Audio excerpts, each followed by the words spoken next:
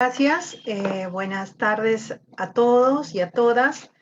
Es para mí un honor estar acá. Muchas gracias al doctor Luis Pérez por la invitación, un amigo, y bueno, quiero compartir con ustedes el trabajo que, bueno, vengo realizando mediante la teoría del apego, ¿no? Y la resiliencia y el estrés, ¿no? Son los tres conceptos que vamos a trabajar hoy día, tres conceptos muy importantes, ¿no? Que tienen que ver con el fortalecimiento de la salud mental de todos nosotros y también con el bienestar, ¿no? Lo que queremos lograr justamente, ¿no? En todos nosotros es diríamos, un bienestar biopsicosocio espiritual, ¿no? Porque la salud no es solamente la ausencia de enfermedad, ¿no es cierto? No es la ausencia de enfermedad. La salud es, diríamos, un fortalecimiento de todas nuestras capacidades. Justamente el estrés es inevitable y hay que afrontarlo. Entonces, empezamos con nuestra exposición. Acá tengo el caso de una niñita, ¿no? Que se está tapando el oído, ¿no? Digamos que es una situación de estrés, ¿no? Está gritando de repente, ¿no? Entonces, acá, el estrés, diríamos, son oportunidades que los niños nos dan y que también los adultos tenemos, ¿no? En el caso de los niños es muy importante la persona que lo cuida, y en el caso del adulto somos muy importantes nosotros mismos, ¿no? Para, diríamos, conectarnos intrasubjetivamente con nuestras emociones y para poder regularlas. Empezamos con algunas preguntas que espero poder contestar al final de la presentación. En primer lugar, ¿qué es el apego seguro? ¿No? ¿Qué es el apego seguro? ¿Existen apegos seguros, apegos inseguros? ¿No? ¿Existe alguien libre de estrés? Esa es otra pregunta, ¿no? O sea, en realidad no existe nadie libre de estrés. ¿O ustedes creen que hay alguien libre de estrés?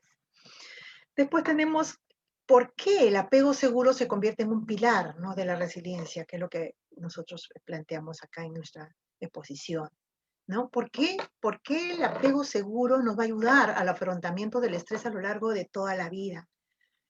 Y luego, ¿cómo podemos fortalecer el apego seguro en la situación de pandemia que vivimos hoy, ¿no? La otra pregunta es, ¿qué poblaciones están más expuestas al estrés? Bueno, podemos contestar esta rápidamente, la persona de la tercera edad y los niños, ¿no? Y las personas vulnerables, obviamente, las personas con discapacidad, ¿no? Las personas que tienen alguna enfermedad crónica, etcétera, y que no solamente están más expuestas al estrés por la situación del COVID que tenemos, sino también por los miedos y temores que cada día se dan por la situación crónica, ¿no? Que vivimos de cuarentena. Y, y, y bueno, y es una situación justamente que nos ha sorprendido a toda la humanidad y que tenemos que validar nuestros sentimientos, ¿no? De miedo, ¿no? Tenemos que validarlos.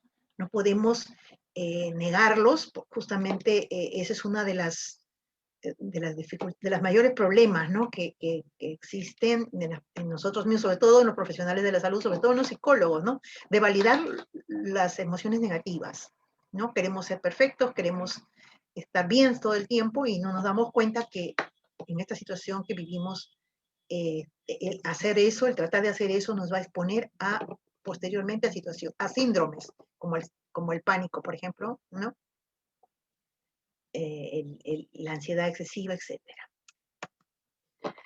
Queremos, en primer lugar, hacer una revisión teórica, ¿no? Así general sobre lo que es el apego, que seguramente ustedes ya conocen. Bueno, Bowlby y Mary Ainsworth fueron los primeros, los padres de la teoría del apego, y lo que resaltan es que el niño, ante una situación de peligro, lo que busca es la proximidad.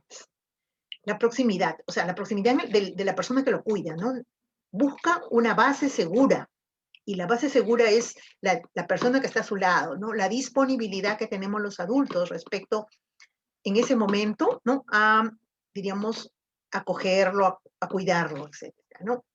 Luego Fonagy dice que hay una transmisión intergeneracional de esos patrones de apego y que tiene que ver mucho con las experiencias que tenemos de niños, ¿no? De seguridad e inseguridad. Tiene que ver mucho también, ¿no? Con, diríamos, los procesos que hemos vivido para internalizar, ¿no?, estas experiencias. Tiene que ver con nuestra memoria autobiográfica, por ejemplo, ¿no?, con nuestros, digamos, el desarrollo de nuestros procesos cognitivos, afectivos y comportamentales, o sea, con todo el desarrollo integral de nuestra personalidad. Luego tenemos las conductas de los bebés seguros, ¿no?, que están basadas justamente, ¿no?, en las interacciones, diríamos, bien coordinadas, en las interacciones, digamos, de respuesta oportuna a las experiencias que el niño tiene o a las, diríamos, a los momentos de desorganización justamente interna que produce el estrés. Otro investigador del estrés, siguiendo un poco la bibliografía, tenemos a Stern, ¿no?, que él habla de los modelos operativos internos. Stern dice que existe como una especie de baile, ¿no?, una sincronía entre el bebé y la mamá, ¿no? Y eso va a permitir que el niño vaya, diríamos, organizando su mundo interior, ¿no? Vaya regulando las emociones que son tan fuertes, sobre todo en la primera infancia. Ubiquemos a un bebito recién nacido, ¿no? El llanto, por ejemplo, la primera reacción, la primera emoción que tiene, y cómo esto se va a ir regulando a través de señales que va a ir recibiendo de la persona que lo cuida, en este caso, pues, es la madre, ¿no es cierto?, de cómo la mamá le transmite esa, digamos, tranquilidad, o cómo es que la madre también se angustia y potencializa diríamos, este miedo, ¿no? Entonces, bueno, Marrone y Diamond también son otros que han trabajado este tema. Ellos, Marrone ha desarrollado lo que se llama la escala del adulto, ¿no? De la escala del apego del adulto, que es para evaluar justamente los modelos que nosotros como adultos traemos, ¿no? Y cómo es que lo podemos trabajar en la psicoterapia o en alguna intervención también, ¿no?, por ejemplo, fortalecimiento de los vínculos familiares, ¿no?, en la prevención primaria o en la promoción de la salud. Luego Winnicott, que muchos de ustedes lo conocen, ¿no? Winnicott habla de la autoconfianza y de la autoestima y de la capacidad de formar y mantener relaciones íntimas, la capacidad de sentir dolor, de reaccionar a la pérdida de un modo organizado, o sea, de realizar, por ejemplo, el duelo, ¿no? El duelo, la capacidad de lúdica, la capacidad de sentirse que la vida vale la pena de vivirse, por ejemplo, en estos momentos, ¿no?, que estamos poniendo a prueba nuestra capacidad diríamos, para pensar optimistamente en el futuro, ¿no? El mantener el optimismo a pesar de la incertidumbre y a pesar de la adversidad, ¿no es cierto?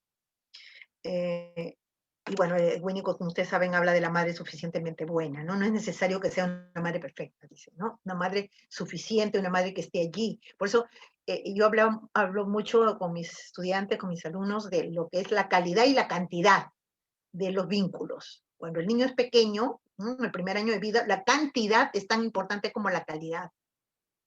Y poco a poco, conforme el niño desarrolle mayor autonomía, a partir, por ejemplo, de la locomoción, a partir de otras áreas que va a ir, lenguaje, etcétera, entonces diríamos que el adulto no va a ir, diríamos, como se dice, frustrando al niño poco a poco para que se desarrolle su autonomía y desarrolle su capacidad de afrontar, diríamos, poco a poco las situaciones que se le presentan en el día a día.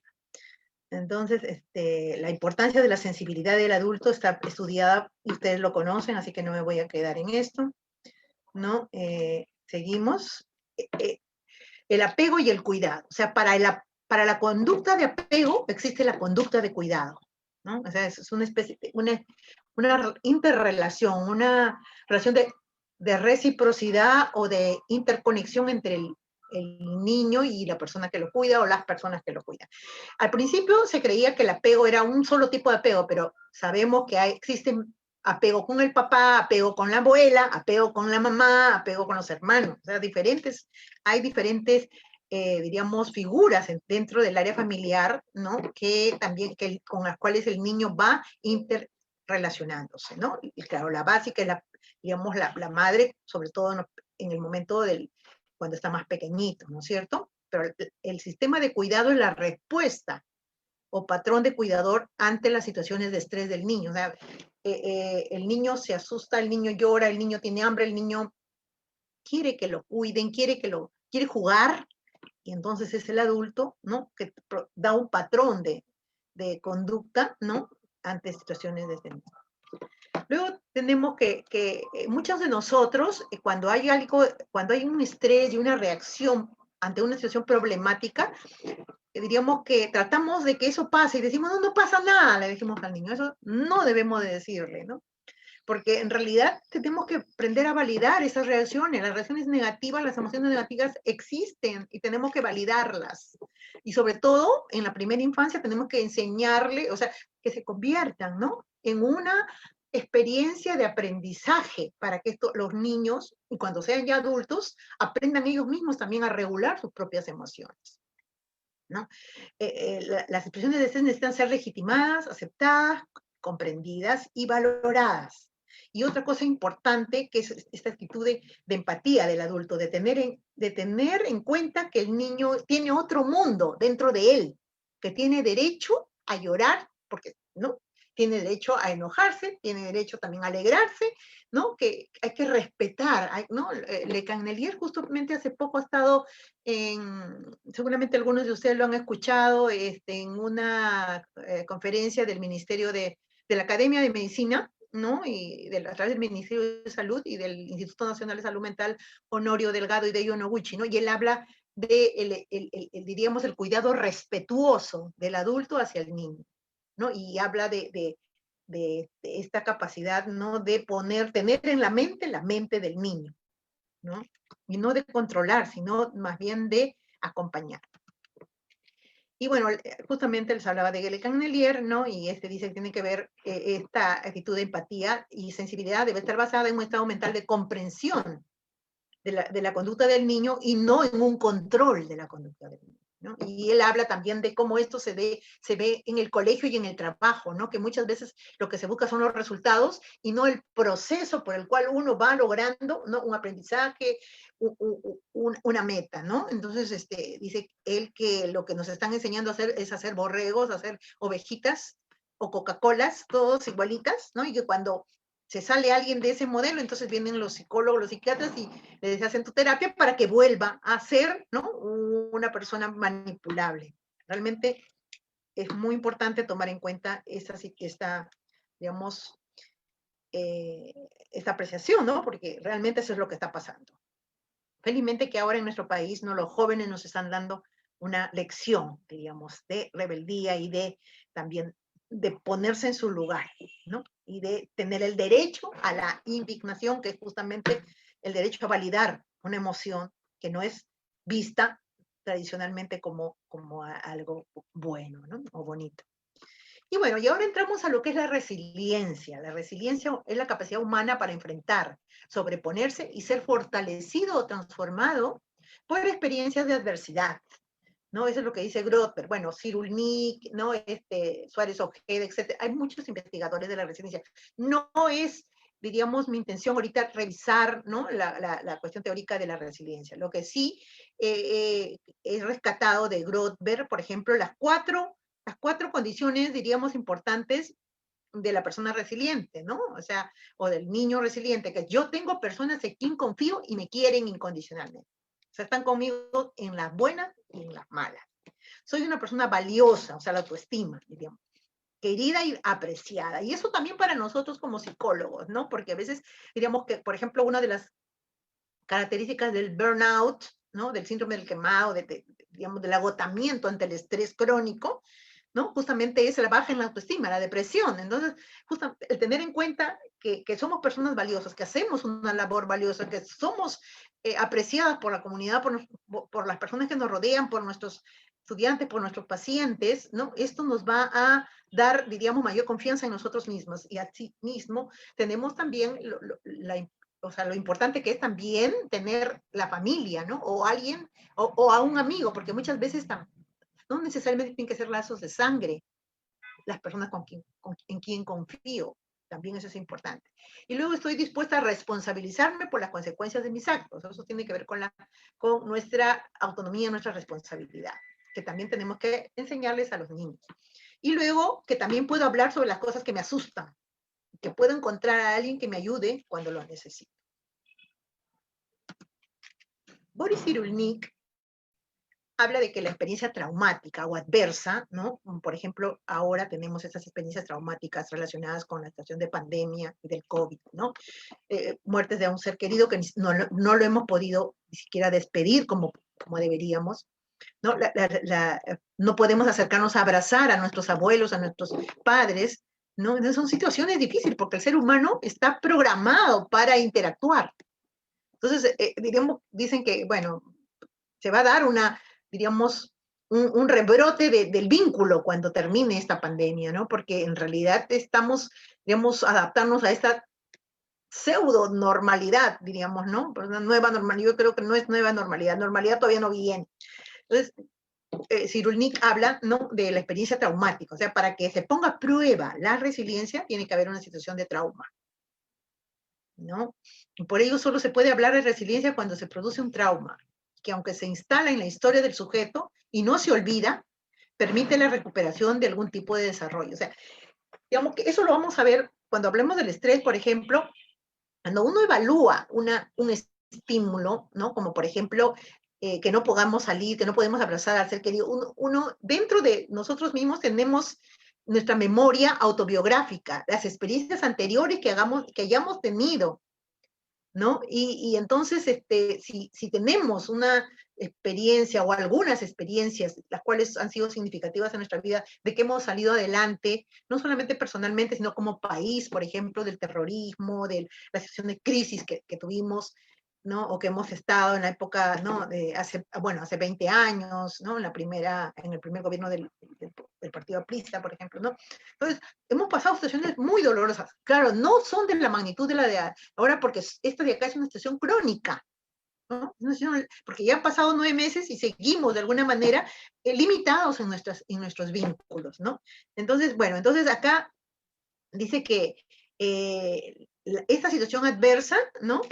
Puede producir la resiliencia, pero también puede producir otro tipo de situaciones, o sea, de reacciones, ¿no? Y esto va a depender de los recursos internos que tengamos, o sea, de nuestra capacidad de afronte, de nuestra experiencia, nuestra historia personal, y también de los externos, o sea, de que tengamos a nuestro lado alguien, ¿no? Que nos transmita esa esperanza. Bueno, en el caso de nosotros, los psicólogos, tenemos nuestros pacientes y nosotros somos diríamos, las figuras ahora, ¿no? De resilientes, o sea, que tutores de resiliencia le llama Boris Cyrulnik, ¿no? O sea, de poder transmitir al otro esta esperanza, este optimismo, ¿no? Entonces, lo importante en estos casos es, digamos, hablar de la experiencia y tomar en cuenta la historia personal del sujeto, de la persona que tenemos a nuestro cargo. Y ahora entrando al estrés, ya, diríamos que significa tensión. Sergey fue uno de los que definió uno de los primeros, por no decir el primero, y habla una respuesta no específica del organismo ante cualquier demanda exterior, ¿no? Que nos prepara para el ataque o para la supervivencia, ¿no es cierto? La tensión, el peligro. Es una experiencia, una sensación, ¿no? Diríamos, de angustia, ¿no? Ante un posible peligro. Ahora, acá tenemos también que evaluar, ¿no? Acá el peligro de muerte existe, ¿no es cierto? Porque la pandemia, a pesar de que algunas fake news dicen que no existe, pues hemos pasado por situaciones muy duras y hasta ahorita siguen muriendo diariamente entre 40 y 50 personas en nuestro país. Y ha llegado un momento en que en el mes de abril, mayo, que morían 200 y hasta más personas por día, ¿no? O sea, somos un país al cual nos ha afectado mucho, mucho esta situación de pandemia y yo creo que es muy importante, ¿no? Rescatar nuestra capacidad, no solo de resistencia, sino de aprendizaje de esas situaciones que estamos viviendo, ¿no? Bueno, Sergey colocó las bases para la consideración de ciertas alteraciones, ¿no? Debidas a una situación de estrés prolongado que alteraría la homeostasis interna. Bueno, hace poco escuché a nuestro colega, el doctor Manolete Moscoso, ¿no? Por la Universidad de San Marcos, que lo invitaron, y él nos hablaba de que es inevitable una reacción física, porque el estrés que estamos viviendo es un estrés crónico ya. las reacciones, ahorita la ola que viene o está viniendo es la ola psicopatológica, ¿no? La ola, diríamos, de afección socioemocional que estamos viviendo, diríamos que muy pocos, o por no decir todos, ¿no? Nuestro bienestar psicosocioespiritual está afectado ahorita, ¿no? No podemos negar, no podemos tapar el sol con un dedo. Y muchos ya han entrado en una situación de depresión, eso es lo que está ahorita presente.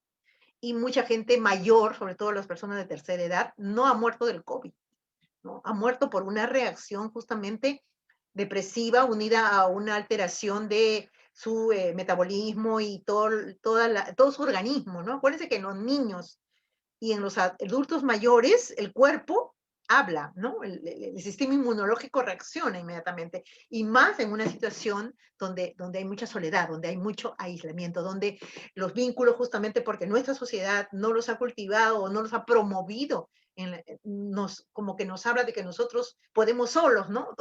Tú puedes solo, ¿no? O gente que se siente muy contenta y se vanagloria, ¿no? De no, yo no tengo amigos porque yo solo he salido adelante, ¿no? Entonces son situaciones que, diríamos, niegan la vulnerabilidad, nuestra vulnerabilidad, ¿no? Bueno, sabemos que para evaluar una situación de estrés, diríamos, el sujeto hace una especie de, o sea, valga la palabra, evalúa el evento, ¿no? O sea, ¿qué pasa si tenemos en nuestra historia, ¿no? De niñez, apegos inseguros, apegos desorganizados, historias de maltrato, historias de abuso sexual, de las cuales nunca hemos hablado, o hemos hablado.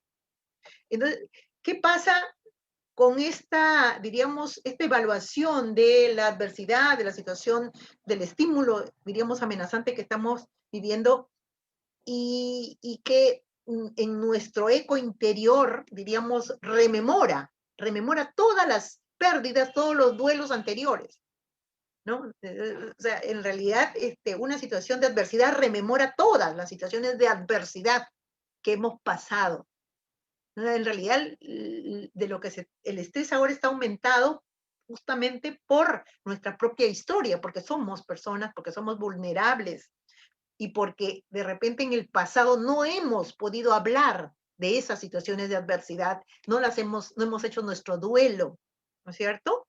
Y entonces, ¿qué pasa ahorita, no? Cuando tenemos que quedarnos solos, o cuando tenemos que afrontar, diríamos, el miedo a perder el trabajo, o mucho lo hemos perdido, ¿no? Son situaciones que el adulto ahora está, diríamos, se está conectando, tiene que aceptarlas, tiene que resolverlas, tiene que buscar una actitud, diríamos, resiliente, ¿no? Entonces, los desafíos son grandes, ¿no? Y esos desafíos a muchas personas, en vez de, diríamos, de darles fuerza para afrontarlo y pasar adelante, los hunde, los asusta, los estresa, como dicen la mayoría, ¿no? Y los deprime. Entonces, en realidad es un reto, ¿no? Como nuevamente les digo, ¿no? Porque la situación, nadie está libre de esta situación, ¿no? Entonces, siguiendo con el estrés, dice, es una ruptura de la homeostasis y se produce lo que se llama la alostasis, ¿no? La alostasis son los procesos adaptativos e integrativos necesarios para mantener la estabilidad del organismo cuando el entorno es cambiante, ¿no? Pero cuando los estresores se mantienen, generan una carga alostática tóxica por hiperactividad o por inactividad de ciertos mediadores biológicos. Entonces, ¿qué sucede? Sucede, diríamos que eh, la ansiedad afecta, diríamos, a nuestro locus minoris, nuestro órgano más débil. En algunos casos, por ejemplo, produce la gastritis, ¿no? La gastritis, en otros casos los dolores en la nuca, en la espalda. O sea, el cuerpo habla, ¿no? Habla de diferentes maneras.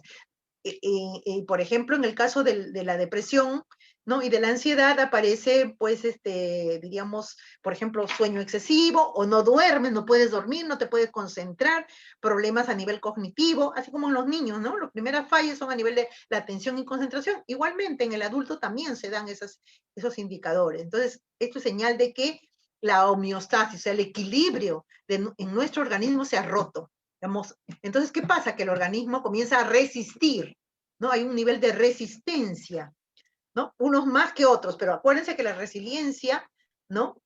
No es igual a resistencia. Y acá tenemos las fases del estrés, digamos que tenemos la alarma, la resistencia y el agotamiento, ¿no? O sea, no se trata acá de resistir, resistir y ser superhéroes. Cuando hay resiliencia y cuando ha habido un apego seguro, lo que se produce es un duelo.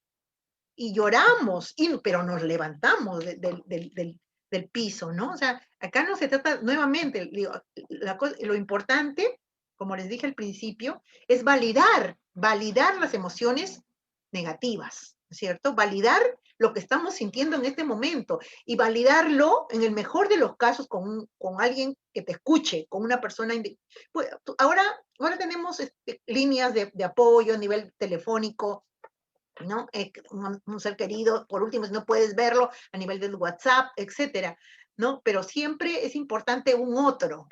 Y bueno, cuando ya la ayuda es necesaria, la ayuda profesional, pues llamar a un psicólogo o a una psicóloga, ¿no? Un especialista, porque nadie está libre, pues es como que el cardiólogo se enferme del corazón, pues tampoco está libre, ¿no? O sea, nosotros los psicólogos también necesitamos nuestras redes de sostén, y con mayor razón ahora, ¿no? Con mayor razón ahora, porque al final podemos caer en estas situaciones de estrés, ¿no? De agotamiento emocional, y nuestro cuerpo se enferma, ¿no?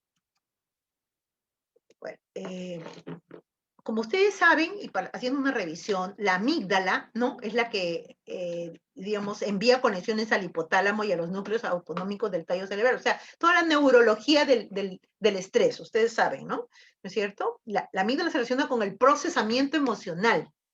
Ahí en la amígdala llega el procesamiento de nuestras emociones. O sea, diríamos que hay los estímulos sensoriales, ¿no? Que son señales que se dan en el exterior. Digamos que la amígdala las procesa para luego integrarlas con el neocórtex, o sea, con los procesos secundarios, con la toma de decisiones, ¿no? Los aspectos cognitivos ya más, diríamos, desarrollados, ¿no? Entonces, ¿qué pasa cuando la amígdala no reacciona, o cuando no regula esa situación, ¿no? Entonces se producen las conductas violentas, ¿no? La violencia es como una especie de descarga del estrés, ¿no? La violencia puede ser una violencia, diríamos, externalizada, o puede ser también una violencia internalizada, y tenemos la depresión, es una de las teorías, habla de la violencia internalizada. Los intentos de suicidio, por ejemplo, como una forma de agredirse por algo, por una impotencia, ¿no? O la agresividad contenida, ¿no? Que ante una cosa pequeñita reaccionamos de una manera violenta. Entonces, bueno, los que desean pueden revisar un poco toda la neurobiología del estrés, que lo encuentran en Google o en todos lados. Y bueno, y tenemos una investigación, ¿no? Que se ha hecho con resonancia magnética, y que ha encontrado una asociación significativa entre la activación de la amígdala y el hipocampo y el estilo de apego desorganizado, ¿no? Cuando a los sujetos se les sometía a un test proyectivo que evaluaba su estilo de apego, asociación que no se encontró para los 3 estilos restantes. Acuérdense de los 4 tipos de apego, ¿no? El apego seguro, de los otros inseguros, tenemos el apego ansioso, el apego evitativo y el apego desorganizado, que es el que más daño hace, porque es el que tiene que ver mucho con la violencia que recibe el niño, el maltrato infantil, ¿no es cierto? El abuso sexual, etc. Entonces, tanto el hipocampo como la corteza prefrontal son áreas esenciales en la regulación, ¿no? Del estrés. Bueno, hay estudios, ahí les pongo en la bibliografía un estudio específico que se ha hecho sobre diríamos, la regulación del eje hipotálamo, hipófisis y glándulas suprarrenales en estos primeros años de vida, y cómo tiene que ver, se relaciona con la calidad del cuidado parental. O sea, hay evidencia científica, ¿no? Neurobiológica. Las ciencias, las neurociencias cada día nos hablan de la importancia, ¿no? De diríamos, del cuidado del adulto con respecto al niño, ¿no es cierto?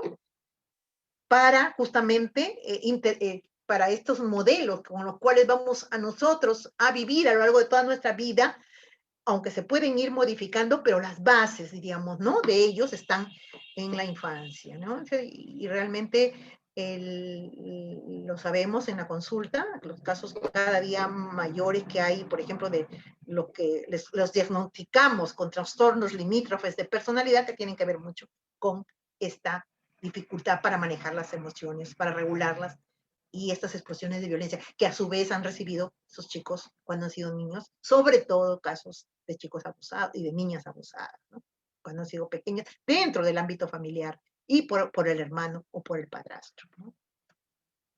Bueno, no sé si hay algunas preguntas hasta el momento, pero antes de llegar a las conclusiones, quisiera presentarles un caso clínico, ¿no? De una experiencia de apego, justamente, de apego, resiliencia y afrontamiento del estrés, ¿cierto? Que son los tres conceptos que he tratado de presentar hoy día en esta conferencia.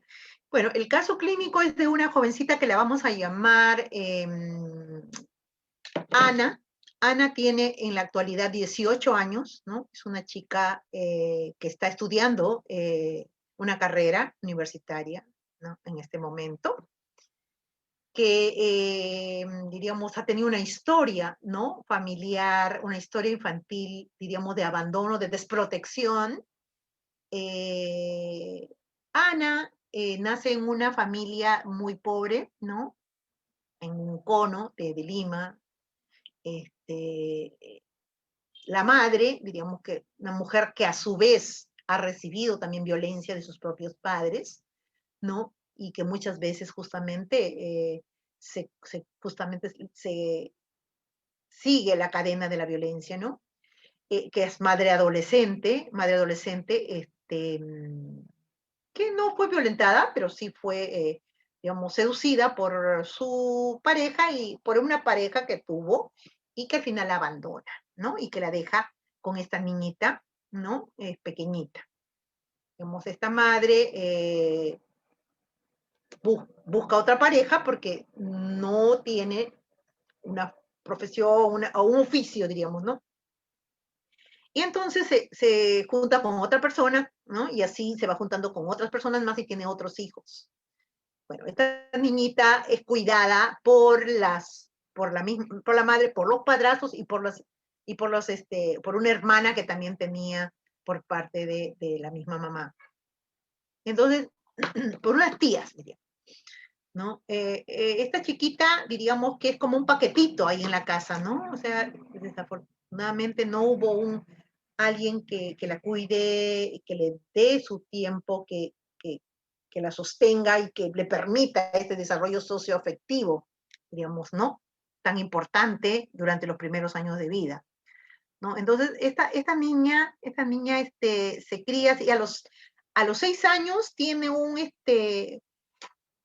un padrastro, diríamos, estable, entre comillas, ¿no? Y la madre le pegaba mucho, no, porque decía que era una niña muy inquieta, iba al colegio de vez en cuando, en realidad, si no quería ir al colegio, simplemente no la dejaban que vaya, no le permitían, digamos que había mucha permisividad, por un lado, y por otro lado, castigos por tonterías, como dice la niña, ¿no?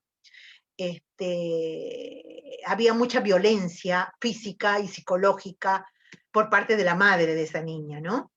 Y bueno, a los 6 años tuvo lo que se llama un abuso sexual, tocamientos indebidos por parte de esta persona, de este padrastro, que le vamos a poner, pues que sea Pedro. Pedro, se sube a su cama de la chiquita, tenía ella 6 años, ¿no? 6 añitos, y la toca y se desnuda y se roza con sus genitales con el cuerpo de esta niñita, ¿no?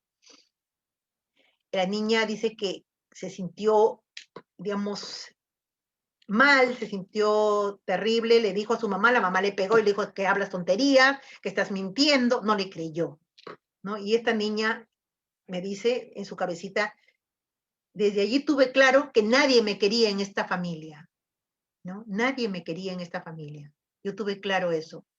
Entonces sentía que para que me dejaran hacer lo que yo quería, para que me dieran de comer y para que me permitieran ver televisión, yo tenía que hacer un pago a esta situación. Y este pago tenía que ser dejándome que me toque este señor, ¿no? Porque él era el que se encargaba de traer la comida, digamos, ¿no? Entonces, miren cómo esta niña pequeña no comienza a pensar y a defenderse, diríamos, y a tratar de entender a su manera la situación y adaptarse, entre comillas, a una situación que de por sí ya era patógena, ¿no es cierto?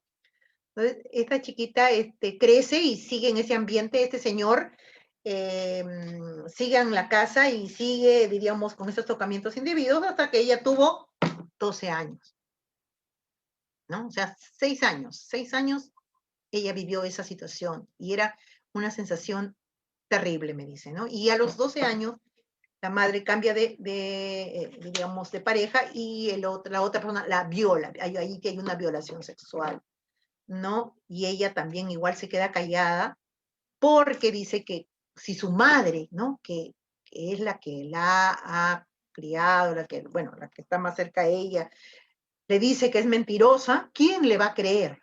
¿No? Y se queda callada y no dice nada.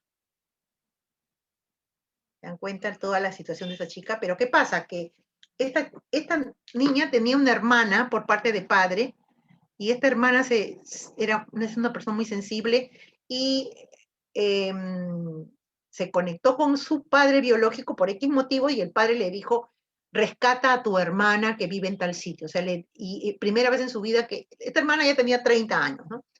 Y primera vez en su vida que se entera que tiene una hermana y que está en un lugar de Lima y que nunca la había visto, y ella es una mujer, era abogada, trabajaba con niños y justamente se dedicaba a trabajar. Miren, cómo la vida le da esta oportunidad a esta niña, ¿no?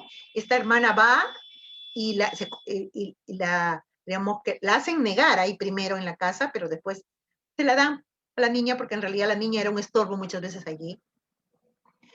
Ella es tutora hasta ahora de esta niña, ¿no? Y esta niña, digamos que le cuesta muchísimo justamente desarrollar un apego seguro con esta mamá, con esta hermana, que va a ser ahora de madre, y que es una hermana joven que también tiene, ¿no?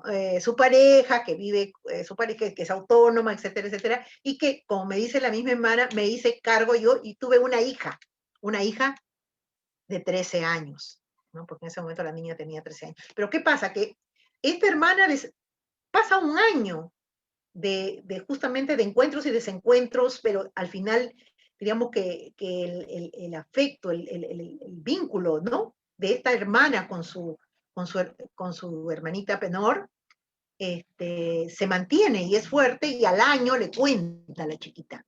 Pero ¿qué pasa? Que esta hermana mayor sí había recibido un apego seguro en su propia infancia con su madre, ¿no? Ella tenía una situación económica mejor y bueno, y dentro de todo, la madre, digamos que la había cuidado, ella misma me cuenta, ¿no? Porque este caso yo lo he tenido para una situación de terapia, ¿no es cierto?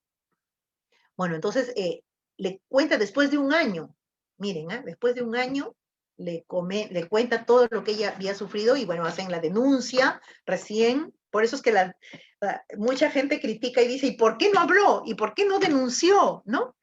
Que no, pues no es así. Cada ser humano, cada persona, cada niña, cada adolescente violentada, te toma su tiempo porque tiene que reasegurarse, porque justamente sus apegos no han sido seguros, ¿no?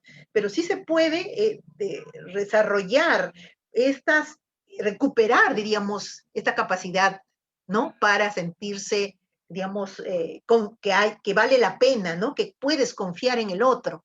Sí se puede, justamente. Justamente el rol del terapeuta y el rol diríamos, del tutor, en este caso, la tutora de esta niña, su hermana, es justamente hacer que ella recupere la confianza en sí misma, que recupere su valía, ¿no? Que recupere todos esos pilares que están presentes, que hemos hablado de la resiliencia y que tienen que ver, pero que ¿cómo se van a recuperar? Pues con ese vínculo incondicional, y no quiere decir eso que la dejes hacer lo que le da la gana, ¿eh? Ojo, se trata de darle afecto y de diferenciar en lo que es la conducta, o sea, lo que ella está haciendo en este momento, por ejemplo, de rebeldía y de rabia, de escaparse o de robar, porque esta chiquita robaba, por ejemplo, no es igual que ella, su persona, ¿no es cierto? O sea, la conducta, el robo es diríamos, un síntoma, ¿no? Una luz roja que se está prendiendo, ¿no? Ante una situación que ella ha vivido y que está viviendo, diríamos, ¿no? De vulnerabilidad, de trauma, de una situación de dolor humano, ¿no? Entonces, creo que como psicólogos es muy importante que nosotros, diríamos, sepamos, ¿no? La importancia que tiene esta relación, este vínculo, este lazo que vamos a establecer con nuestros pacientes, con nuestros usuarios, ¿no? Que este lazo es algo que los va a curar, que muchas veces no es, diríamos, la experiencia teórica o la formación profesional, que no basta la formación profesional, que tienes que tener un compromiso, tienes que comprarte, como se dice, el pleito, ¿no? Estas niñas, estos niños necesitan, ¿no? O ponerte a prueba a veces un largo tiempo para después realmente sentir que sí pueden sentir esta seguridad contigo, ¿no? Y que sí se puede hacer y que no es una cosa, diríamos, eh, diríamos, tan pesimista, ¿no? De que porque ha tenido esta situación, miren el caso de esta chiquita, ¿no? Ahora, como les digo, está estudiando en la universidad y hace su deporte, el deporte le ayuda muchísimo, dice ella, justamente en esta ira contenida, ¿no? Por ejemplo, el boxeo, ¿no? El boxear y está dentro es parte de un equipo, ¿no? Es parte del equipo, ¿no? De una institución, bueno, que por cuestiones de confidencialidad no puedo decirlo, pero me refiero que justamente este vínculo con la hermana, ¿no? Y esta, diríamos, canalización de toda su rabia y energía, ¿no? Y la ira, en una actividad deportiva fuerte, que ella dice, yo cuando estoy con el día cruzado, pues, cuanto más diríamos, me meto en mi deporte y al final termino muerta, termino cansada, pero termino bien, ¿cierto? Entonces, porque justamente ella dice que cada cierto tiempo sea como que estas experiencias le comen la mente en el sentido de que tiene ganas de matar, ¿no? De establecer una venganza, y de pensar de que estas personas todavía están libres y que pueden seguir haciendo lo que les da la gana. Bueno, ya está encaminado, pero ustedes saben cómo es la justicia en nuestro país, ¿no? Pero está encaminado y justamente después de 5 años, ¿no? Después de 5 años recién se está viendo el caso, ¿no? Entonces, bueno, eh, creo que este caso les puede ilustrar, ¿no? Sobre cómo, a pesar de haber tenido un apego inseguro, probablemente esta madre adolescente, le haya dado cierta base a esta chiquita, porque a pesar de tu actitud, ¿no? Nosotros siempre, yo les digo a mis colegas, a mis estudiantes, o sea, nosotros no somos policías ni somos abogados, o sea, nosotros no juzgamos, primero escuchamos. Nuestro rol es de escucha y luego de puesta de límites también. Y claro, si está en peligro la vida de la persona, o sea, si es algo, diríamos que nuestra confidencialidad, o sea, la confidencialidad es muy importante, pero si está en peligro la vida, ¿no? De la persona que nos está consultando, pues tenemos que intervenir, no podemos quedarnos con los brazos cruzados, ¿no? Y eso también está en el código de ética y de ontología del Colegio de Psicólogos. O sea, cómo al final las habilidades, diríamos, del psicólogo, las capacidades, las fortalezas también son tan importantes para poder, ¿no? Comprometernos diríamos, en ayudar, ¿no? a nuestros usuarios a devolverles, ¿no? La sensación de bienestar, a devolverles el optimismo, la valía, ¿no? La valía de su persona, a devolverles la esperanza, devolverles el entusiasmo y el sentir que la vida vale la pena de vivirse a pesar de la incertidumbre y de la adversidad que vivimos. ¿no? Y bueno, y para terminar, creo que estoy con la hora ya, no sé. Y bueno, si desean hacer algunas preguntas, tenemos que, como conclusión, ¿no? Que el apego seguro y la conducta resiliente permiten un mejor afrontamiento del estrés a lo largo de la vida, no solamente en la infancia ni en la adolescencia, sino a lo largo de toda la vida, ¿no? Y que esta situación, esto va a ir evolucionando a nivel del ciclo vital, ¿no es cierto? Acuérdense de Erik Erikson, que él hablaba de, por ejemplo, el primer año de vida, la confianza versus la desconfianza, ¿no? En el segundo año hablaba de la autonomía, ¿no? Versus vergüenza. Y luego en el tercer año, en la etapa edípica, habla de la iniciativa versus culpa, ¿no es cierto? Y en la etapa de la niñez propiamente dicha, o sea, la etapa de la escolaridad, hablaba de la laboriosidad versus el sentimiento de inferioridad, o sea, cuando uno hace algo y le sale bien y después se siente que las cosas no le salen tan bien como uno desea. Luego, bueno, la adolescencia que tiene que ver con la identidad, ¿no? Y la confusión de roles, ¿no es cierto? A veces uno se confunde y bueno, y es la etapa en la cual uno se pone a prueba a sí mismo, ¿no? Y siempre yo les digo, y bueno, ustedes lo saben, ¿no? O sea, la adolescencia es una segunda etapa que la vida nos da para poder ser como nosotros queremos ser, para poder elaborar nuestros duelos de la infancia, para poder rescatar nuestra autoestima, para poder, diríamos, reforzar esa resiliencia, esa conducta resiliente, porque la conducta resiliente diríamos que todas la tenemos, o sea, como dice la OPS, ¿no? Todos tenemos la semilla de la resiliencia. La cosa es que podamos regarla y podemos cultivarla, ¿no? Podemos, diríamos, usarla. La resiliencia no es un rasgo de personalidad, no es una cosa mágica. La resiliencia es un estado, es un comportamiento, hay factores que influyen y hay momentos en los cuales somos más resilientes que otros, porque justamente los seres humanos somos así, ¿no? Y justamente ahora, en esta época de pandemia, nosotros tenemos que aprender, ¿no? O ayudar a nuestros usuarios a hacer, diríamos, a desarrollar conductas resilientes. Bueno, después tenemos los modelos internos de trabajo derivados de experiencias de apego seguro, son un amortiguador natural que provee al infante de las estructuras cognitivo-afectivas, ¿no? Necesarias para poder ir mentalizando las situaciones de estrés y la regulación de las emociones.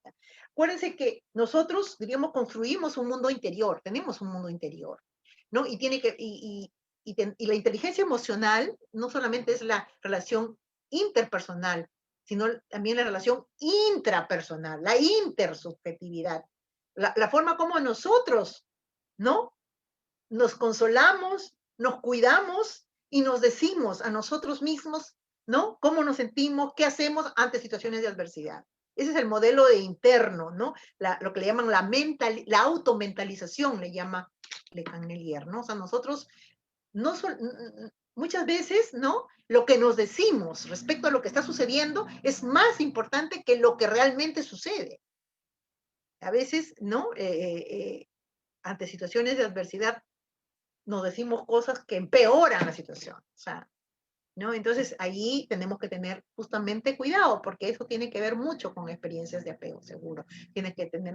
Ahora, siempre, o sea, siempre hay alguien al costado. Yo he tenido casos de, por ejemplo, chicas que les han traído sus hermanos, por ejemplo, ¿no? Pero también he tenido casos de que el hermano las ha violentado, ¿no? Y abusado sexualmente. O sea, el ser humano es capaz de lo mejor y de lo peor, ¿no? El ser humano tiene, diríamos que puede ser un ser miserable, como puede ser un ser, diríamos, afectivo, amoroso, ¿no? Un ser valioso, ¿no? Apreciado, querido. Entonces, y ese mismo ser humano es capaz de las peores miserias. Entonces, diríamos que esa es la visión humanista, ¿no? Nosotros no somos perfectos, ¿no? Justamente, pero tampoco se trata de justificar la violencia, no se trata de justificarla, pero sí se trata de entenderla y de prevenirla y de trabajar desde los niveles más tempranos y también con un acompañamiento a lo largo de la vida. Muchas veces yo he visto casos de personas que se han curado por una pareja, una buena pareja que les ha tocado o han elegido, un compañero realmente en toda la palabra, ¿no? Entonces que les ha permitido recuperar justamente su autoestima, ¿no? En casos de, por ejemplo, de abuso sexual, yo he tenido casos que han se han curado y han mejorado mucho cuando, por ejemplo, el enamorado ha venido con la chica, ¿no? Para trabajar y para ayudarla, ¿no? En estas situaciones. Y bueno, tenemos que las técnicas psicoterapéuticas basadas en la teoría del apego abren nuevas vías para el tratamiento infantil de la clínica del estrés, y no solamente el tratamiento infantil, sino del tratamiento con los adultos de las, por ejemplo, trastornos limítrofes de personalidad, los trastornos que tenemos de ansiedad excesiva, etcétera. Y bueno, creo que eso ha sido todo, y volviendo un poco a las preguntas al inicio, ¿no? Las preguntas iniciales, tenemos que, pues, nadie está libre, ¿no? De esas situaciones de estrés, nadie está libre de haber vivido una adversidad, ¿no? Y nadie está libre también de buscar y de querer, y tiene derecho a tener a recibir una ayuda, a recibir un apoyo en el momento en que lo necesite, ¿no? Que es una de las bases de la resiliencia. Bueno, esta es un poco la bibliografía que les he traído, ¿no? Y bueno, eso sería todo, y muchas gracias. Bueno, agradecer, agradecer a la psicóloga Rosa Puente por esta ponencia. Tenemos tiempo para una pregunta y esta viene por parte de Silvia Jauregui. Dice, si bien es cierto que el apego seguro recibido a la edad de 12 años, ¿esto asegura que la niña no pueda repetir los patrones de conducta aprendidos en la infancia? Ya, es una muy buena pregunta, justamente, pero justamente la niña todos los días trata de ser mejor. Esta niña está recibiendo una terapia, eso no es magia, esto es a lo largo de varios años. Esa niña está recibiendo una terapia y tiene el apoyo de la hermana. Ya no, por ejemplo, ha tenido problemas de conducta, como le decía, de robo, la chiquita, ¿no? Y ha tenido que, ya no vive con la hermana porque no puede vivir con la hermana, porque como les digo, ella está resarciendo sus heridas, resanando sus heridas, ¿no? Y sí, es un trabajo largo, pero ella misma está apostando por sí, por su persona, ¿no? Y tiene, diríamos, una red social a su alrededor que la estamos apoyando, y sobre todo, bueno, el apoyo terapéutico, sí, es verdad. El riesgo siempre va a existir ese riesgo, y justamente, y ella tiene que saberlo. Justamente el hecho de que ella lo sepa va a permitir que ella salga adelante. No puede negarse, no puede negar la experiencia que ha tenido. Sí, muchas gracias por la pregunta, es una pregunta muy buena.